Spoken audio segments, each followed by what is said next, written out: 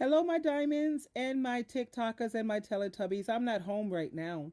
I'm not. I'm hanging out at my friend's house right now. I'm getting ready to go home later on this evening or maybe tomorrow. But it's story time. I'm laying here, resting up. This is like a mini vacation. And this story time is I can't even breathe because I'm so miserable. Here's the question. She says, it's even hard to breathe. I have no energy left in my body. I'm exhausted, always having a hard time breathing lately. I always feel so drained. I'm only alive because of my kids. My whole world shattered. My heart is not even into pieces anymore. It's now pure dust. How can he still think he did nothing wrong? He destroyed our whole family. How can he just move on so fast and so easily? How can he not feel any remorse or guilt? It's despicable and it's evil. Please, Miss True Love, I really need your help. And I can understand. You hear what she says here? She says her heart is not pieces anymore. Her heart has turned to pure dust. You know, women have got to be careful when it comes to making their marriage, I turning their marriage into their God. That's when you put too much into a man. But here's the answer that I gave her. I let her know that men are able to do this because it's what they do to deal with stressful situations and unpleasant emotions.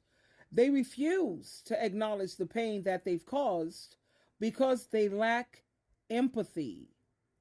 They downplay their actions and they rationalize their behavior so that they can sleep at night. That's the only way they can sleep at night. They blame their partners for the failure of the relationship. They are too busy focusing on their own perceived hurts or injustices, and they can't be bothered thinking about how much they have destroyed their family. They don't care. They put their own desires and needs over the well-being of their families. This mindset is what allows them to move on so quickly. Remember, they're quick moving on. That has nothing to do with you. That doesn't define your worth and your value.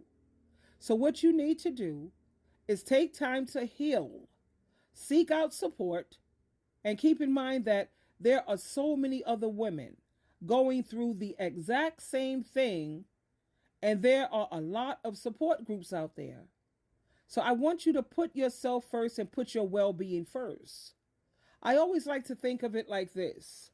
Now it's time for a lot of us women to become a hoe. We got to become a hoe. And when I say hoe, H-O-E, that means happiness over everything. So there you have it, my beautiful, beautiful diamond. You got this. So, of course, she's going to get back to me. We go back with my clients. We go back and forth as I try to do everything in my power to build them up and to empower them and let them know, you're not the only one who's going through this, baby. This is happening all over the world. I get letters from women in Asian countries, European countries, African, Jamaica. A lot of people write me from Atlanta. I live in New York. And I get a lot of people, well, men, would you believe it, actually call me after they put money in my Cash App because I work on a donation basis. And I have a lot of men who are going through relationship issues. Like I had last week, a man called me saying that sorry guys, saying that he is having difficulty with his partner because she wants him to pay for all of her bills, and he's going through difficulty with where he's trying to help her out, but no matter how much he tries to help her financially, it's never enough. And I actually sat on the phone with this gentleman, and he seems like a really cool guy.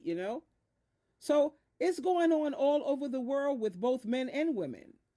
More so with women because women tend to be more willing to work through things and, try to fight to hold on to their relationships. But there's a time to let go. And women, they tend to be so hopeful. They hang on to hope.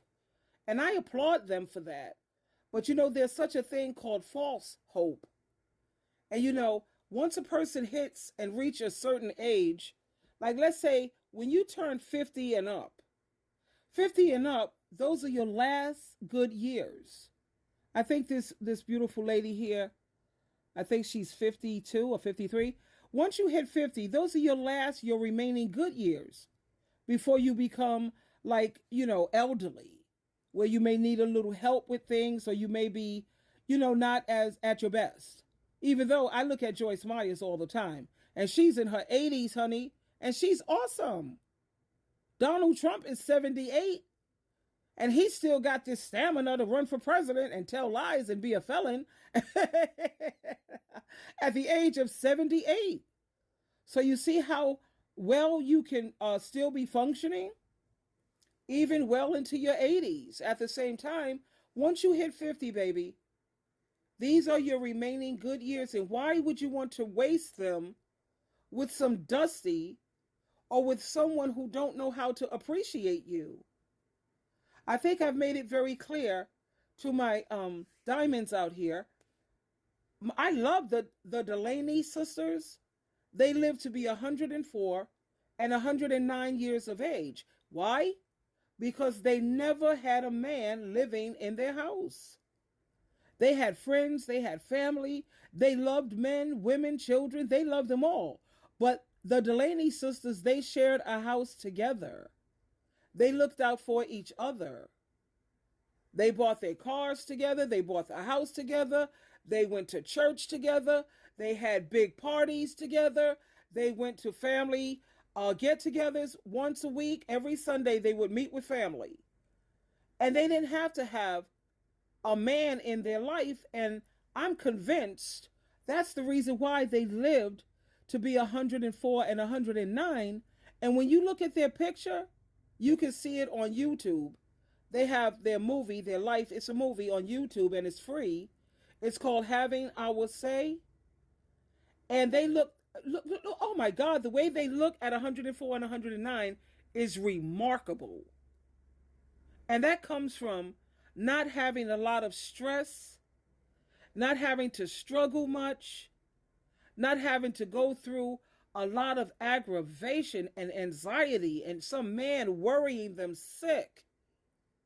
And they lived a perfectly great life.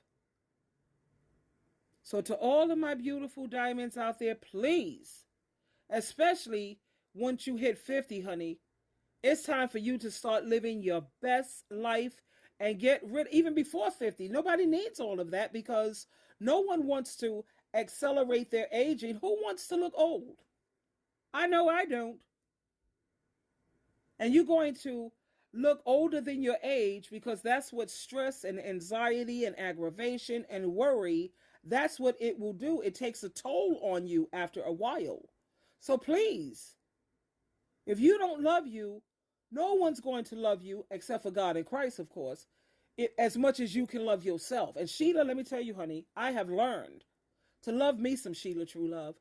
That's why I refuse to put up with nonsense and foolishness. Anyway, I hope this has proven to be helpful. I'm going to go, I don't know, hang out with my friend. I think she's outside on the porch. Anyway, twinkle, twinkle, twinkle.